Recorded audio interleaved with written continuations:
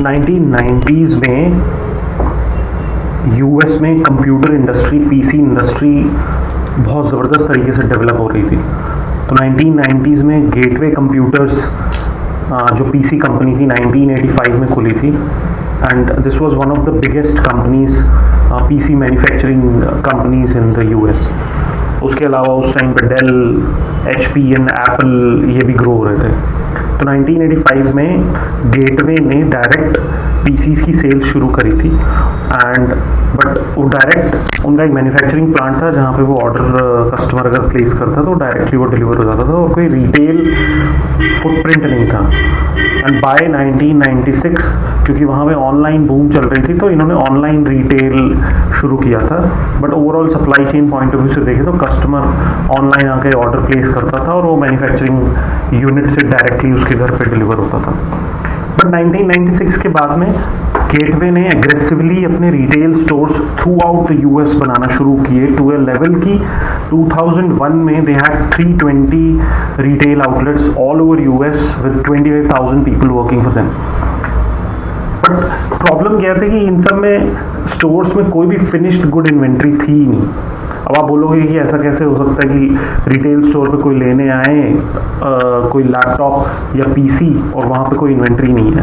तो उस टाइम ऐसा किया इन्होंने, तो इन्होंने इनके जितने भी 320 स्टोर्स थे वहाँ पे जस्ट कंसल्टेशन होती थी पीसीज को लेकर के। तो आप एज अ कस्टमर आप उनके रिटेल स्टोर्स में जाओगे तो वहाँ पे क्या होगा कि वो आपको कंसल्ट करेंगे कि एग्जैक्टली इस कॉन्फ़िगरेशन का पीसी आपको बनवाना चाहिए। तो वहाँ पे वो कंसल्टेशन के बाद पेमेंट अगर करते हैं तो करेंगे और फिर फाइनली आपके मैन्युफैक्चरिंग प्लांट के अंदर, जो कि उनका एक ही प्लांट था यूएस में, वहाँ से वो मैन्युफैक्चर होकर के फिर कस्टमर के घर पे जाएगा। तो अब ये आइडिया 1900 उनके इन्वेस्टर्स को भी बहुत अच्छा लगा टू अ लेवल कि they infused lot of money into it. इतना अच्छा अमेजिंग चल रहा था सब कुछ कि 1999 में इनका एक शेयर का प्राइस $80 तक पहुंच गया था, $80 तक पहुंच गया था। इतना अच्छा इनको लग रहा था।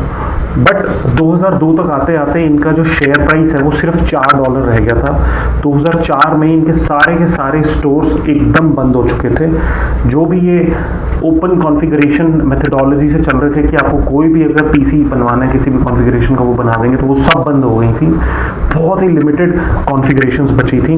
2007 तक आते आते ये कंपनी जो गेटवे कंपनी है ये बिक गई थी एसर को, जो कि ताइवानीज कंपनी थी, with only at 710 million valuation.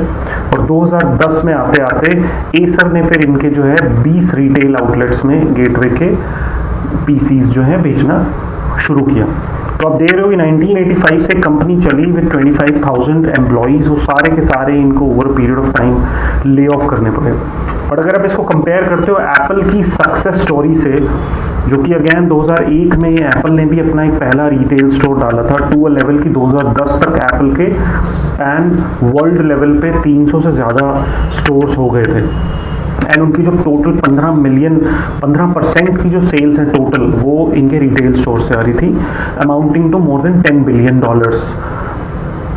और उसमें भी $10 बिलियन जो उनकी सेल थी 2010 में, वो भी 47% ईयर ऑन ईयर इंक्रीज हुई थी कंपेयर टू 2009।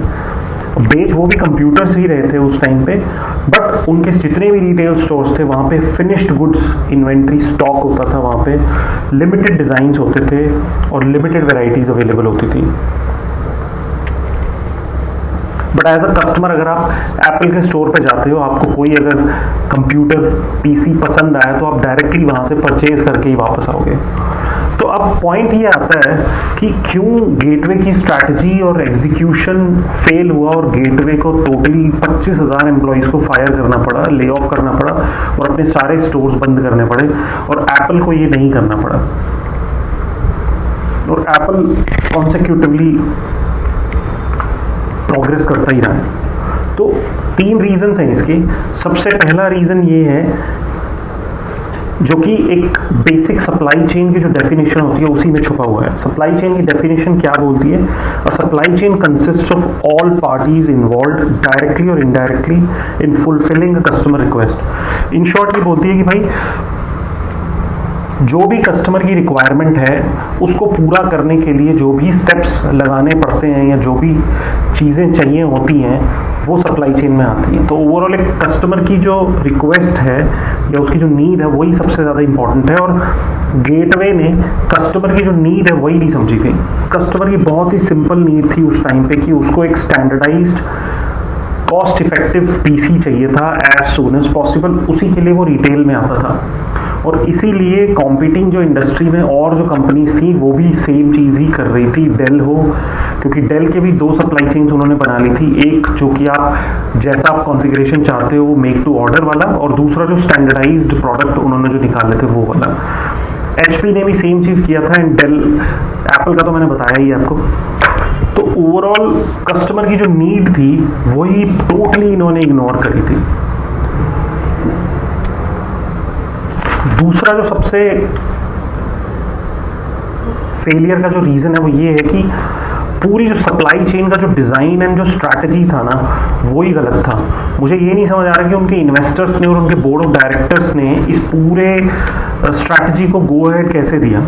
अब दिक्कत ये है कि जब भी इस तरीके से आप स्ट्रैटेजी बनाते हो, सप्लाई चेन की जब स्ट्रैटेजी बनाई जाती है या डिज़ाइन बनाया जाता है ना, तो उस पॉइंट पे जो भी डिसीजंस होते हैं वो नेक्स्ट 3 से 5 साल तक अफेक्ट करते हैं, क्योंकि अब बहुत ही huge amount of money, people and resources को डिप्लॉय कर रहे होते हो उस पर्टिकुलर डिज़ाइन को एग्जीक्यूट करने के लिए। तो यहाँ पे क्या था कि गेटवे ने अपना एक डिज़ाइन बताया कि हम लोग पूरे US के अंदर एग्रेसिवली एक्सपैंड करेंगे, अपने स्टोर्स बनाएंगे। चलो ठीक है। दूसरा उन्होंने बोला कि हम लोग उन स्टोर्स में कोई भी इन्वेंट्री नहीं रखेंगे, तो यानी कि उन्होंने ना तो कोई डिस्ट्रीब्यूशन सेंटर बनाया, ना ही उन्होंने कोई ट्रांसपोर्टेशन का नेटवर्क एक्सप्लोर किया।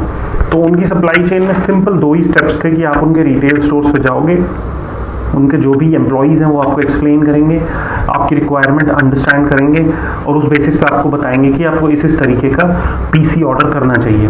तो वहाँ पे वो जो ऑर्डर प्लेस करेंगे, पैसा देंगे, उस बेसिस पे फिर आपकी मैन्युफैक्चरिंग यूनिट में ये मैन्युफैक्चर होगा, और वहाँ से डायरेक्ट शिप किया जाएगा वो आपके घर पे या ऑफिस पे जहाँ पे भी आपने वो मंगवाया है।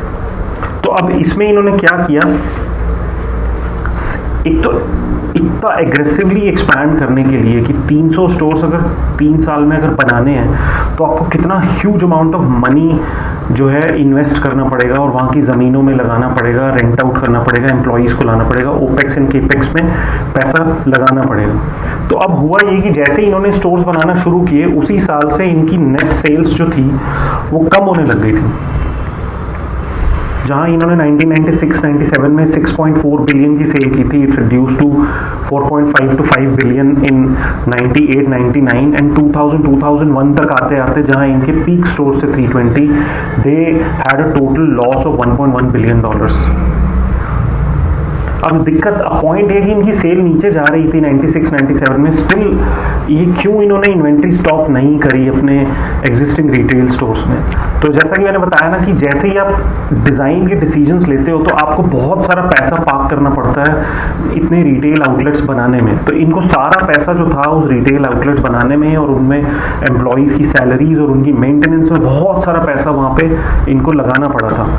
ठीक है, तो इस वजह से अगर मान लो ये डिसाइड करते भी कि चलो ठीक है अपने रिटेल आउटलेट्स में जो है इन्वेंट्री हम स्टॉक करते हैं, तो सबसे पहले इनको रिटेल आउटलेट्स के डिज़ाइन को ही चेंज करना पड़ता है, क्योंकि अभी जो डिज़ाइन था रिटेल आउटलेट्स का वो इन्वेंट्री स्टॉक करने के लिए था ही नहीं। तो इनको एक स्टोरेज कैपेसिटी बनानी पड़ती है उस रिटेल आउटलेट के अंदर, प्लस इनको डिस्ट्रीब्यूशन सेंटर्स बनाने पड़ते हैं सो दैट वहाँ पे जैसे ही रिटेल आउटलेट्स के अंदर इनकी इन्वेंट्री कम होती वो डिस्ट्रीब्यूशन सेंटर्स से जो है वो डिप्लॉय करके झटपट से वहाँ पे फुलफिल कर देते, उस इन्वेंट्री को रीफिल कर देते। तीसरा, और ये करने के लिए इनको एक ट्रांसपोर्टेशन नेटवर्क पूरा बनाना पड़ता कि जैसे इनकी मैन्युफैक्चरिंग यूनिट से मैन्युफैक्चर हो और वो एक प्रॉपर एक ट्रांसपोर्टेशन फैसिलिटी के थ्रू इनके डिस्ट्रीब्यूशन सेंटर्स में आए और डिस्ट्रीब्यूशन सेंटर से फिर वो रिटेल आउटलेट्स में आए। अब क्योंकि इन्होंने पूरा पैसा अपना स्टोर्स बनाने में फंसा दिया था, तो ये लोग ये वाली चीज़ बिल्कुल कर ही नहीं सके, इसीलिए इनको ओवरऑल सीधा they just had to wait for the doomsday. अब तीसरा और सबसे इंपॉर्टेंट रीज़न जो माइक्रो लेवल पे अगर आप समझो ना, तो वो ये है कि इन्होंने एक सप्लाई चेन की जो बेसिक ऑब्जेक्टिव होती है ना उसे ही नहीं समझा इन्होंने। एक सप्लाई चेन की बेसिक ऑब्जेक्टिव होती है कि भाई आप जो सप्लाई चेन के थ्रू जो सरप्लस आपको अर्न करना है, यानी कि आपको प्रॉफिटेबिलिटी इंक्रीज करनी है। तो एक सप्लाई चेन की जो प्रॉफिटेबिलिटी या सरप्लस होता है ना, वो होता है customer value minus supply chain cost. अब कस्टमर वैल्यू नीचे जा रही थी उस टाइम पे, क्यों? क्योंकि उस टाइम पे और कॉम्पिटिटर्स जो डेल और एचपी थे वो बहुत ही सस्ते कंप्यूटर, स्टैंडर्डाइज्ड कंप्यूटर बना करके मार्केट में बेच रहे थे। तो ओवरऑल इन लोगों को भी अपनी प्राइसिंग को कम करना पड़ा था, जिस वजह से ओवरऑल जो customer value at product level पे अगर आप देखते हो ना, तो वो कम हो रही थी। और अगर सप्लाई ये कम हो रही थी और साथ ही साथ सप्लाई चेन कॉस्ट है वो इंक्रीज हो रही थी, क्योंकि हर एक ऑर्डर के लिए इनको एक पूरा एक रिटेल आउटलेट रेंट भी करना पड़ रहा है, उसमें मेंटेन करना पड़ रहा है, एम्प्लॉइज को सैलरीज देनी पड़ रही हैं, और प्लस हर एक ऑर्डर को डिलीवर करने के लिए ट्रांसपोर्टेशन कॉस्ट भी देनी पड़ रही है।